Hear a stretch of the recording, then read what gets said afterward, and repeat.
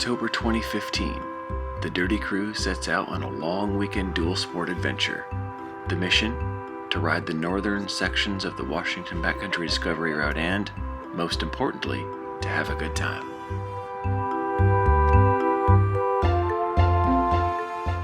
As part of the 250 takeover movement, Last Minute Ryan excitedly rides his vintage 1982 Yamaha XT250.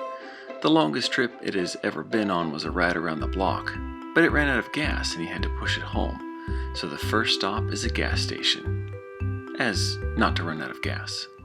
Okay, Last Minute Ryan and Shotgun Ruthie are somewhere down this road.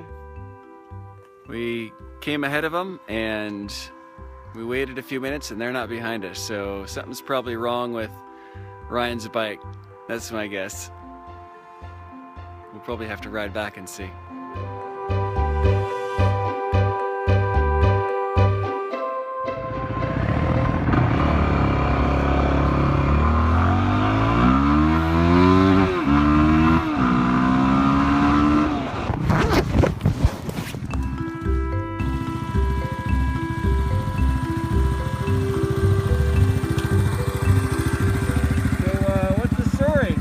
I'm not sure.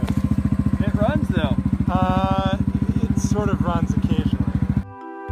Last Minute Ryan had just installed a couple of new LED lights the morning we left on the front of his XT. They worked fine, but the bike would slow down occasionally.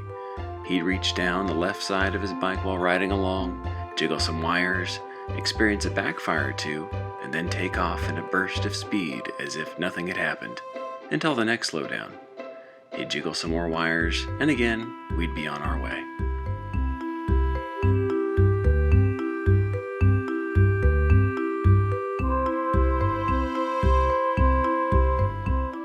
After a final few minutes of wide-open, raw 250cc power up to the summit, here we are at Stevens Pass, where I have time to unveil the Ride Something Moto Cuff prototype. What you do is you take one of these, you put your wrist right through there like this, right? And then when you cinch down the jacket, air can't flow in there with the shorty glove. You don't need a gauntlet glove and you have extreme comfort at all times. We also have time for a snack and for Last Minute Ryan to repack everything in his one bag carries all built Explorer.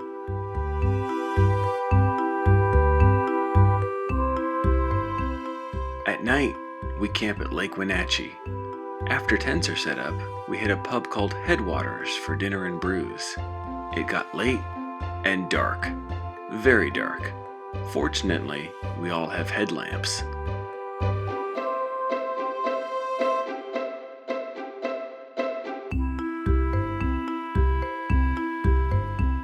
In the morning, we enjoy the blue sky, the cool fall air, and the beauty of the lake.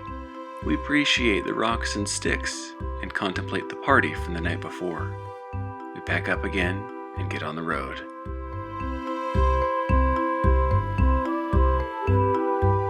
After a nice second breakfast in Plain, Washington, we achieve the dirt.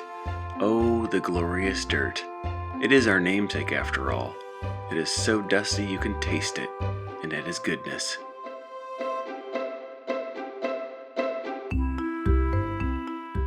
After a few minutes, Last Minute Ryan has to repack again, and we see our first 1200cc ADV machine in action. It looks like he has 950cc's too many, and that he could have left 300 pounds of accessories at home, but that's just our opinion.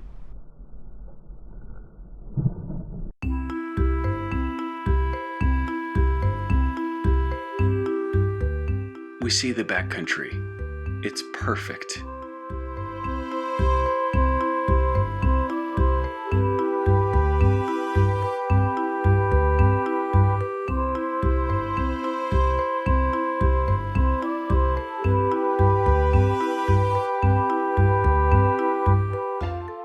A little later, we arrive at Lake Chelan. Beautiful. Doesn't really get much better than this. We eat, fuel up, and get to another camp. Tonight, is Alta Lake. We are the only ones at the campground besides the host. Again, perfect.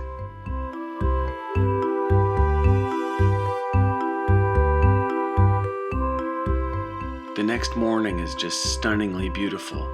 We really luck out with the autumn weather in Washington State this weekend.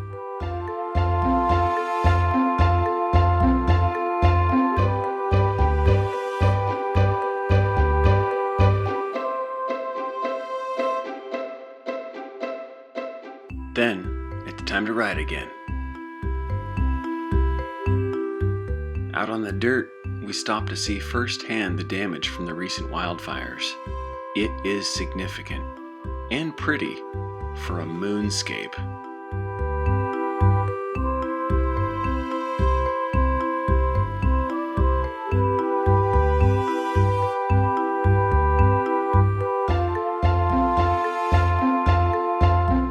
Okay, we're in Winthrop and we're in the shade alongside the grocery store on this fine day after stopped for fuel around the corner here. And then we noticed this. Last minute Ryan picks up a thorn in his front tire and it punctures the tube. Ghostface KLR and he fixed the issue while Shotgun Ruthie naps.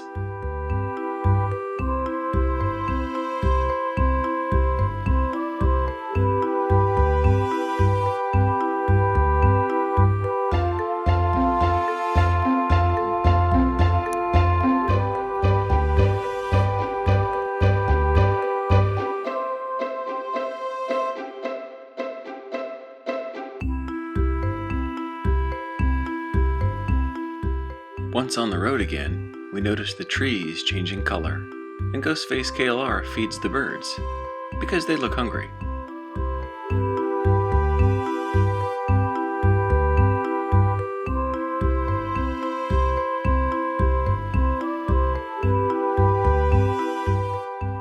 We pick a few more thorns from our tires and stay for a few minutes amongst the mountain peaks.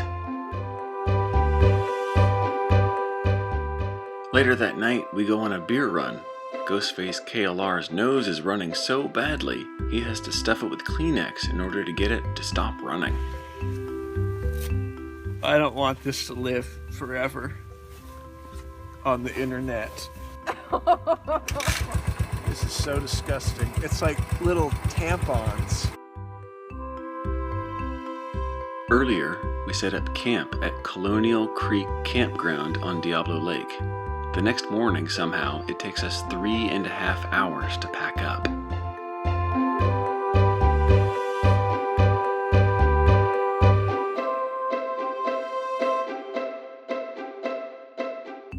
Then, we have breakfast in Marble Mount, where we see our bikes all lined up on closed-circuit television.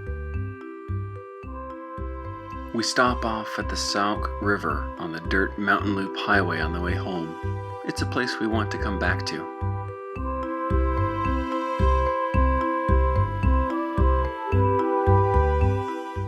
In the end, we had a long weekend dual sport adventure. Last minute Ryan's XT250 made it, barely.